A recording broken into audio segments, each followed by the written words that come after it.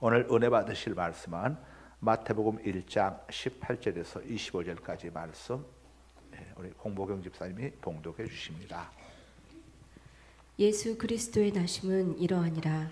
그의 어머니 마리아가 요셉과 약혼하고 동거하기 전에 성령으로 잉태된 것이 나타났더니 그의 남편 요셉은 의로운 사람이라 그를 드러내지 아니하고 가만히 끊고자 하여 이 일을 생각할 때에 주의 사자가 현명하여 이르되 다윗의 자손 요셉아 내 아내 마리아 데려오기를 무서워하지 말라.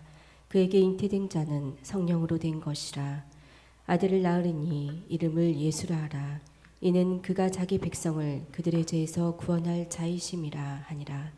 이 모든 일이 된 것은 주께서 선지자로 하신 말씀을 이루려 하심이니 이르시되 보라 처녀가 잉태하여 아들을 낳을 것이요 그의 이름은 임마누엘이라 하리라 하셨으니 이를 번역한즉 하나님이 우리와 함께 계시다 함이라. 요셉이 잠에서 깨어 일어나 주의 사자의 분부대로 행하여 그의 아내를 데려왔으나 아들을 낳기까지 동침하지 아니하더니 낳음에 이름을 예수라 하니라. 아멘. 아멘. 예수님 이야기 두 번째 시간입니다. 오늘은 다시 오실 우리 예수님의 재림을 사모하며 기다리는 대림절, 대강절 두 번째 주일입니다. 지난 주일에는 예수님께서 왜 다시 오시는가에 대해서 우리가 함께 은혜를 나누었고, 오늘은 예수님의 탄생 과정에 대해서 살펴보며 은혜를 나누도록 하겠습니다. 18절을 다 함께 봅니다. 예수 그리스도의 낳으심은 이러하니라. 그의 어머니 마리아가 요셉과 약혼하고 동거하기 전에 성령으로 잉태된 것이 나타났더니, 예수님의 탄생 내용이 나오고 있죠. 처녀 마리아가 다윗의 자손인 총각 요셉과 약혼을 했습니다. 우리들도 과거에 다 약혼들 해서 한 1년, 2년 이렇게 약혼 기간을 갖고 결혼들 하고 있었죠.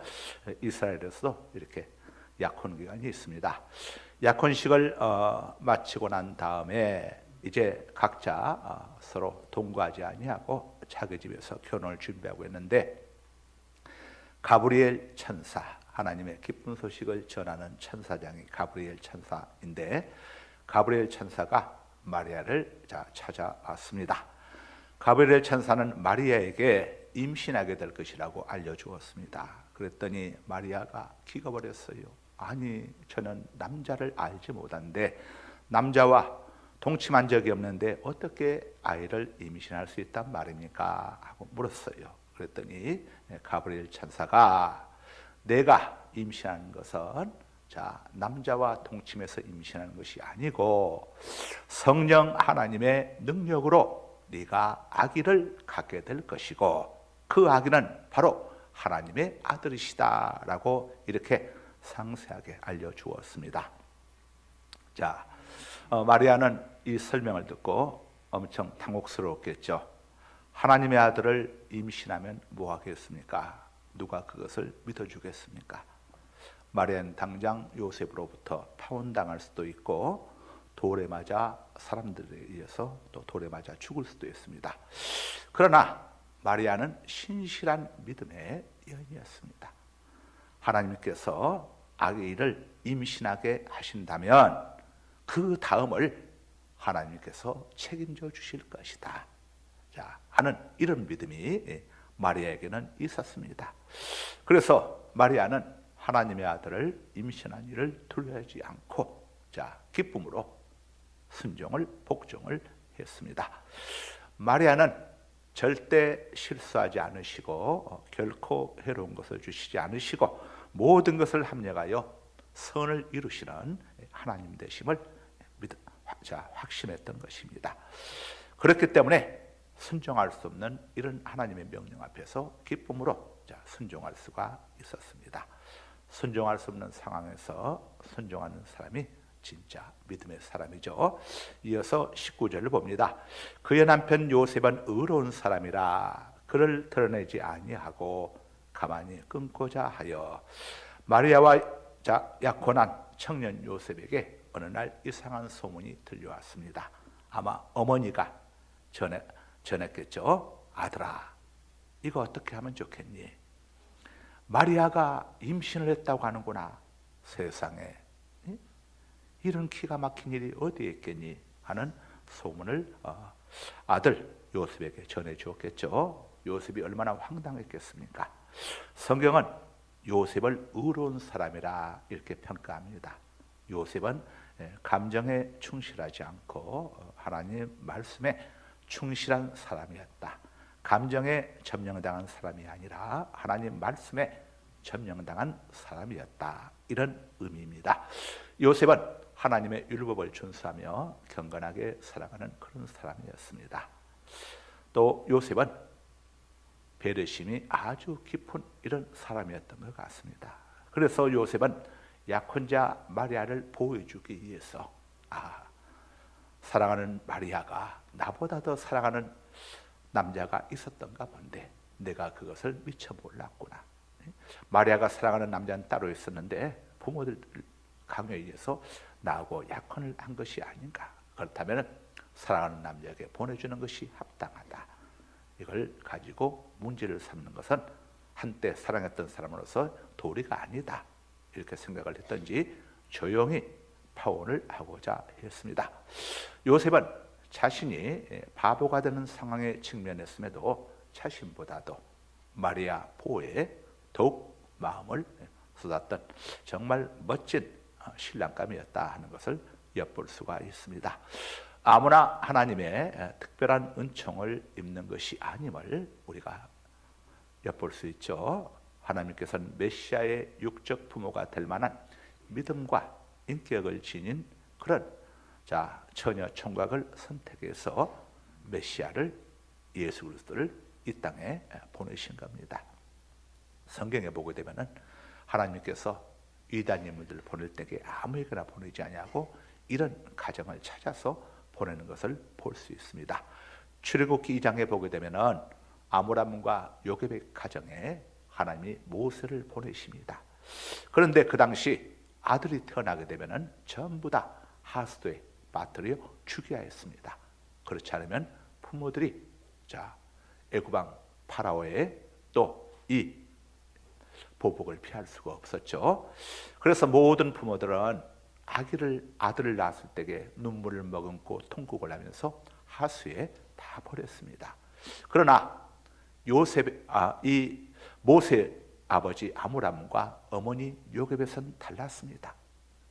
왕의 어명이라 왕의 어명을 거역할 수는 없지만 그러나 하늘이 무너져도 솟아날 구멍을 주시는 분이 하나님이신데 하나님이 이 아기를 주셨다면 이 아기를 살릴 길도 역시 하나님이 가지고 계시지 않겠는가 하면서 가족 회의를 하게 됩니다. 우리 이 아이를 살릴 수 있는 길을 반드시 우리 하나님이 절대 실수하지 않으시고 결코 해로운 걸 주시지 않으시고 모든 걸 합력하여 선을 이루시는 하나님이 반드시 예비해 두고 있을 것이다. 우리가 함께 기도하며 길을 찾아보자. 함께 기도하면서 길을 찾아보았습니다. 그러다 길을 발견을 하게 됩니다. 이 모세의 누나가 되는 미리암이 자기 엄마에게 와서 이야기를 합니다. 엄마, 저 나일강에 이 바로 왕의 딸 공주가 나와서 늘 목욕을 해요. 우리 아이를 갈대바구니 속에 담아서 공주의 눈에 잘 띄는 곳에 가져다가 두면 어떨까요?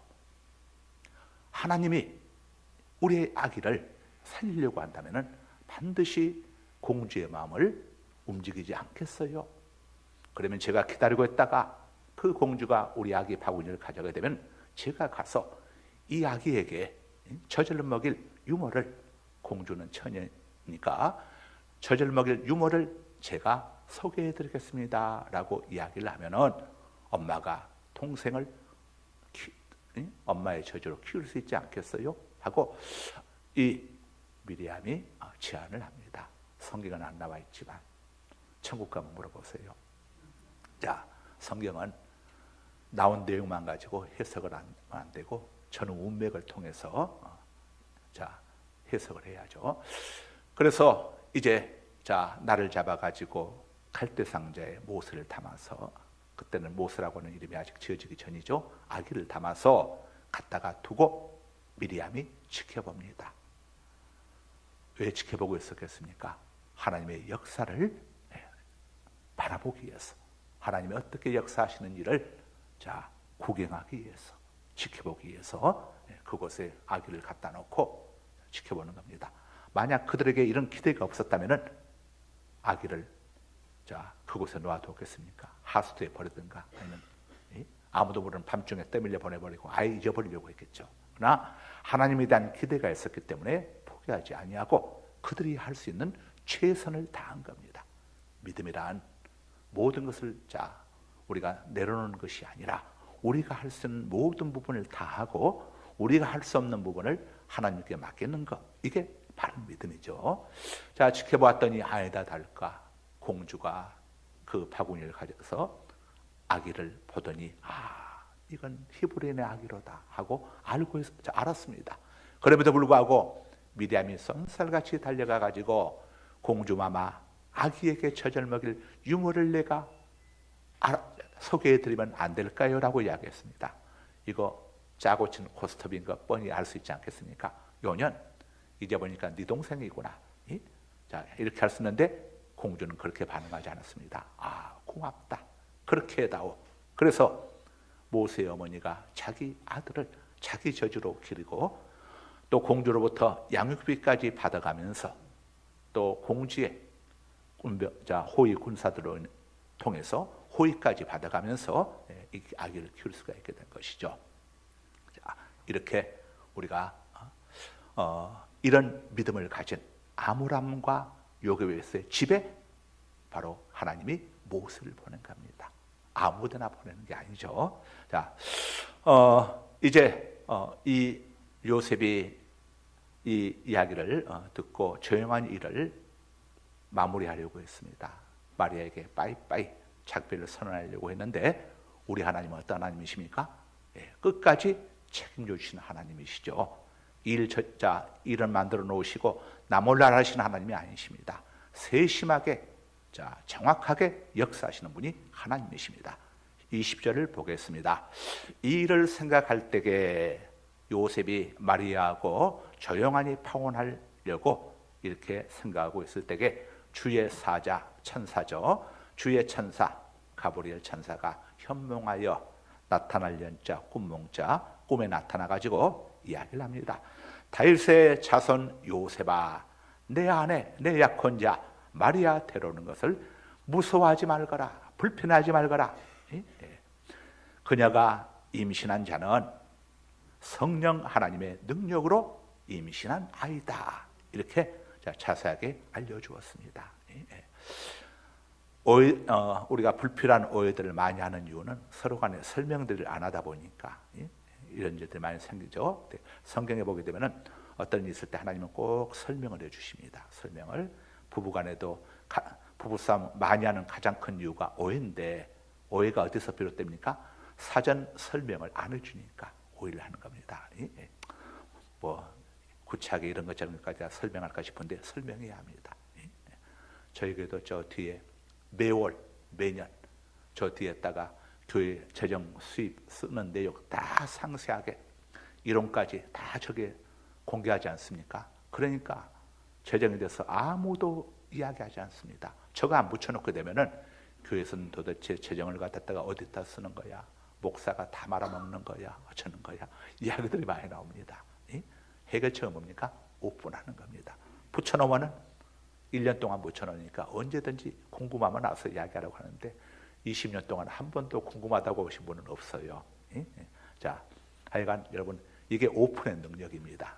그러니까 여러분들 부부간에도 무슨 일이 있으면 오픈하시는 게 좋습니다. 그래야 불필요한 오해들을 사전에 예방할 수가 있죠.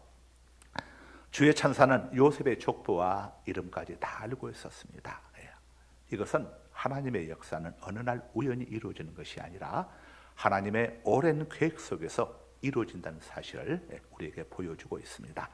주의 천사가 요셉을 다윗의 자손이라고 부르는 것은 마리아가 낳게 될 아기가 다윗의 혈통을 통해서 이 땅에 오실 메시아이심을 알려준 것입니다. 따라서 마리아 데려오는 것을 두려워하거나 주저하지 말라는 그런 메시지입니다. 너는 복받은 자다 이겁니다. 메시아의 부모가 되는 이런 엄청난 복을 받은 자다. 사실을 알려주었습니다. 우리 성도들은 자신의 이성과 상식으로 도무지 이해가 되지 않고 마음이 불편해도 하나님의 뜻 앞에서는 자신의 모든 것을 포기하고 순종할 수 있어야 되죠. 물론 요셉도 남자고 또 청년이고 하다 보니까 하필이면 많고 많은 아가씨들 중에서 내 약혼자가 임신을 하게 되다니 하는 이런 데 대한 불편함들이 있을 수도 있었겠지만은 이 요셉은 믿음으로 이것들을 다 받아들였습니다. 자, 이런 신앙이 바로 알곡 신앙입니다. 알곡 신앙과 죽적인 신앙은 퀴즈를 해보면 알 수가 있죠. 진짜 신앙과 가짜 신앙, 진짜 사랑과 가짜 사랑은 시험해보면 알 수가 있습니다. 솔로몬 왕 때 일이죠. 두 여인이 한 아기를 데리고 왕에게 갔습니다. 여러분 모두가 잘 아는 거죠. 서로가 자기가 아기의 진짜 엄마라고 우게 됐습니다. 요즘 같으면 유전자 검사하면 그냥 나오는 거라 우게 될 수가 없겠지만 그때는 그런 것들이 없었던 때니까. 그래서 솔로몬이 명판결을 합니다. 칼로 아이를 두 쪽 내서 사이좋게 반쪽씩 나누어 주라. 그러자 진짜 아이 엄마가 아이에 대한 사랑 때문에 가슴이 불붙는 것 같았습니다. 아닙니다. 폐하, 저 아이를 저 여인에게 주십시오. 그런데 가짜 엄마는 이렇게 이야기합니다. 옳습니다. 폐하, 현명하신 재판이십니다. 반쪽 내서 저도 나도 둘 다 못 갖게 이렇게 해주세요. 자, 답이 나오지 않습니까? 솔로몬 왕이 먼저 말한 저 여인이 진짜 엄마이다. 저 여인에게 아이를 돌려주고 이 여인은 옥에 가두도록 해라. 명판을 냈습니다. 자, 진짜 신자와 가짜 신자는 어디서 알 수가 있습니까? 결정적인 순간에 하나님 앞에서 어떻게 행동하는가 하는 것을 보면 알 수 있습니다. 진짜 신자는 본인이 때로는 손해보는 일이 있고 속상하는 일이 있고 억울한 일이 있어도 하나님의 영광을 먼저 생각하죠. 그래서 하나님을 위해서라면 기꺼이 자기 자신을 포기하고 희생할 줄 압니다. 그러나 가짜 신자는 그렇지 않습니다. 하나님보다도 자기가 먼저죠. 그러니까 끝까지 포기하지 않으려고 하고 희생하지 않으려고 합니다. 그러나 이 진짜 신자는 하나님이 첫 번째이기 때문에 내가 어떤 희생을 치를지라도 내가 가장 사랑하는 우리 주님 마음을 아프게 해서는 안 되겠다라고 하는 이 마음 때문에 모든 억울한 일을 감당하고 또 본인이 피해자면서도 가해자에게 먼저 손을 내밀기도 하고 이게 바로 진짜 신자의 모습이죠. 진짜 신자는 자기 생각과 고집과 이익보다 하나님 말씀을 우선합니다. 여러분 한번 생각해 보십시오. 요셉의 입장에서 마리아 데려오는 일이 이게 얼마나 찜찜한 일입니까? 아무리 주의 천사가 전해줬다고 해도 여간 불편한 일이 아닙니까? 그런데 요셉은 어떻게 반응을 했습니까? 24절에서 25절입니다. 요셉이 잠에서 깨어 일어나 주의 천사의 부모들을 행하여 그의 아내를 데려왔으나 아들 낳기까지 동침하지 아니하더니 낳음의 이름을 히스라 하니라. 요셉은 즉시로 잠에서 깨자마자 마리아를 데려왔습니다. 왜요? 마리아를 보호해주기 위해서. 마리아가 요셉의 집안으로 들어가게 되면 더 이상 마리아에 대한 이야기가 없습니다. 사람들이 서로 여러 가지 서로 썸 타고 뭐하고 하다가 결혼해버리게 되면 싹 사라져버리지 않습니까? 이야기들이. 이런 것처럼 마리아를 집안으로 데려왔습니다. 이건 마리아를 보여주기 위해서 이렇게 한 것이죠. 그리고 마리아와 아들을 낳을 때까지 예수님이 탄생하실 때까지 동침하지 아니했습니다. 요셉이 얼마나 신실하고 경건하며 정말 마리아를 어떻게 이렇게 사랑하고 또 보여주는 하나님을 참으로 존중한 사람이었음을 우리에게 보여주고 있습니다. 하나님께서 바로 이런 요셉과 마리아를 통해서 메시아를 이 땅에 보내주셨구나 하는 것을 우리가 알 수가 있습니다. 이어서 22절과 23절을 보겠습니다. 이 모든 일이 된 것은 주께서 선지자로 하신 말씀을 이루려 하심이니 이르시되 보라 처녀가 임신하여 잉태하여 임신하여 아들을 낳을 것이요 그의 이름은 임마누엘이라 하리라 하셨으니 이를 번역한즉 하나님이 우리와 함께 계시다 함이라. 자, 22절에 이 모든 일이 된 것은 주께서 선지자로 하신 말씀을, 선지자는 하나님의 말씀을 받아서 전하는 사람이 선지자인데, 자, 여기서 말하는 선지자는 이사야 선지자를 이야기합니다. 예수님이 태어나기 700년 전에 하나님께서 이사야 선지자를 통해서 앞으로 메시아가 처녀를 통해서 이 땅에 태어날 것이고, 바로 그 아기는 임마누엘, 다시 말하면 하나님이라는 사실을 알려준 바가 있습니다. 이사야 7장 14절이죠. 그러므로 주께서 친히 징조를 너희에게 주실 것이라. 보라 처녀가 잉태하여 아들을 낳을 것이요 그의 이름을 임마누엘이라 하리라. 아멘. 예, 자, 처녀가 임신을 해서 아들을 낳게 되는데 그 아들이 누굽니까? 임마누엘. 임마누엘의 의미가 뭡니까? 하나님이 인간들과 함께하기 위해서 이 땅에 찾아오셨다. 이게 임마누엘입니다. 그러니까 아기는 누구라는 겁니까? 하나님이시라는 거죠. 우리 예수님은 하나님이십니다.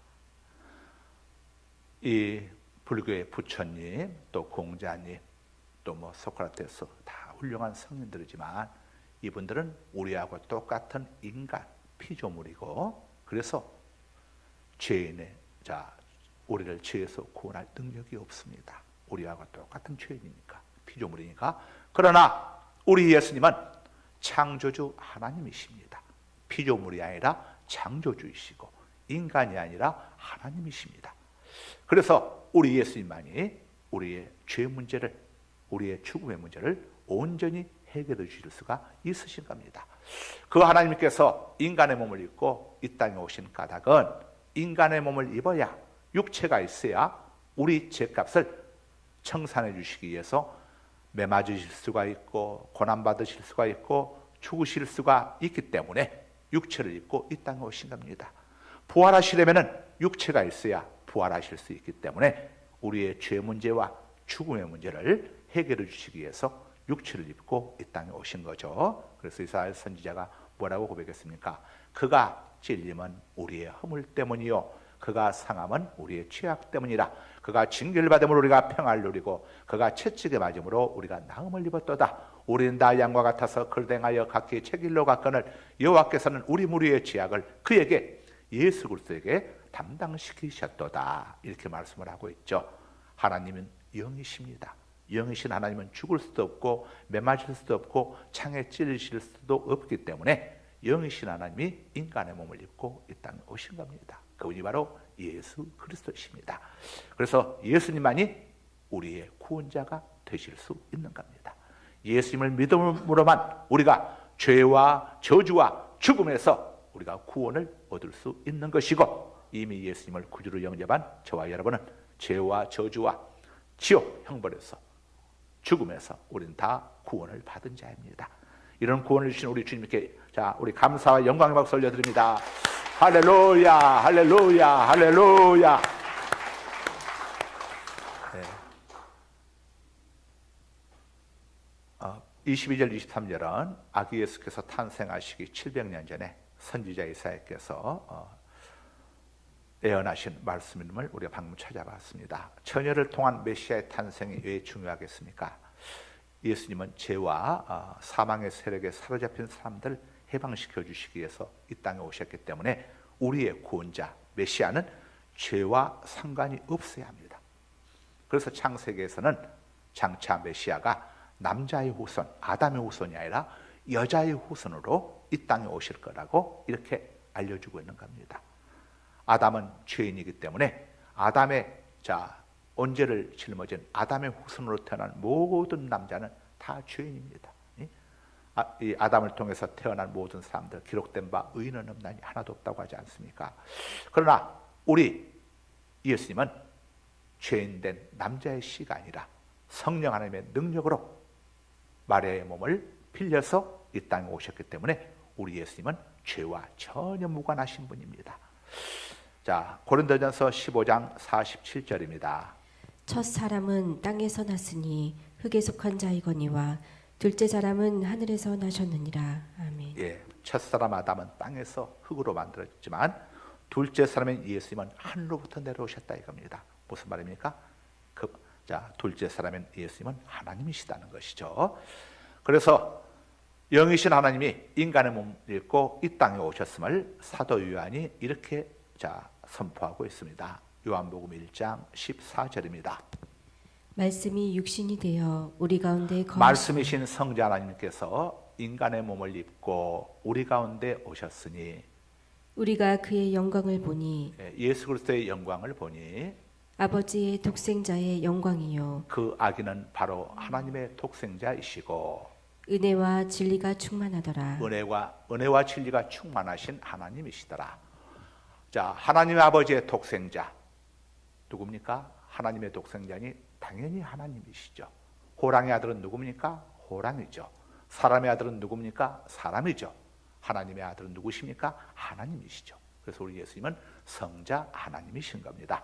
말씀을 정리합니다. 오늘은 대림절 대강절 두 번째 주일입니다. 대림절은 아기 예수님의 성탄을 기뻐하고 다시 오실 예수님의 재림을 사모하며 기다리는 우리 기독교의 명절입니다. 예수님 성탄이 계셨기 때문에 마귀의 종살이 하던 우리들이 예수님의 보혈의 공로, 대속의 공로를 통해서 마귀의 종이었던 우리의 신분이, 영적 신분이 하나님의 자녀로 수직 상승했습니다. 죄와 허물로 죽었던 우리가 예수님께로부터 생명을 받아서 우리는 죽은 자가 아니라 죽은 자에서 산 자로 우리의 신분이 이렇게 완전히 변화되었습니다. 그리고 죄사함과 몸의 부활과 천국 영생을 값없이 우리가 얻게 되었습니다. 따라서 예수 그리스도의 크신 은혜로 구원받고 하나님의 자녀가 된 우리들은 예수님의 재림을 간절히 사모하며 기다려야 합니다. 예수님의 재림을 통해 다시는 병들지 않고 쇠하지 않으며 죽지 않은 생명의 부활을 얻게 되기 때문입니다. 그리고 눈물과 이별과 질병과 전쟁과 미움과 갈등이 전혀 없는 천국에서 예수님을 왕으로 모시고 하나님과 신령한 교제를 나누면서 영원히 행복하게 우리는 살게 됩니다. 이게 바로 영생인 겁니다. 따라서 예수님을 구주로 영접하고 구원받은 우리 그리스도인들은 가슴 벅찬 감동으로 외쳐야 합니다. 마라나타 주 예수여 오시옵소서. 우리 마라나타 복음서를 함께 11월의 복음성 찬양하시겠습니다.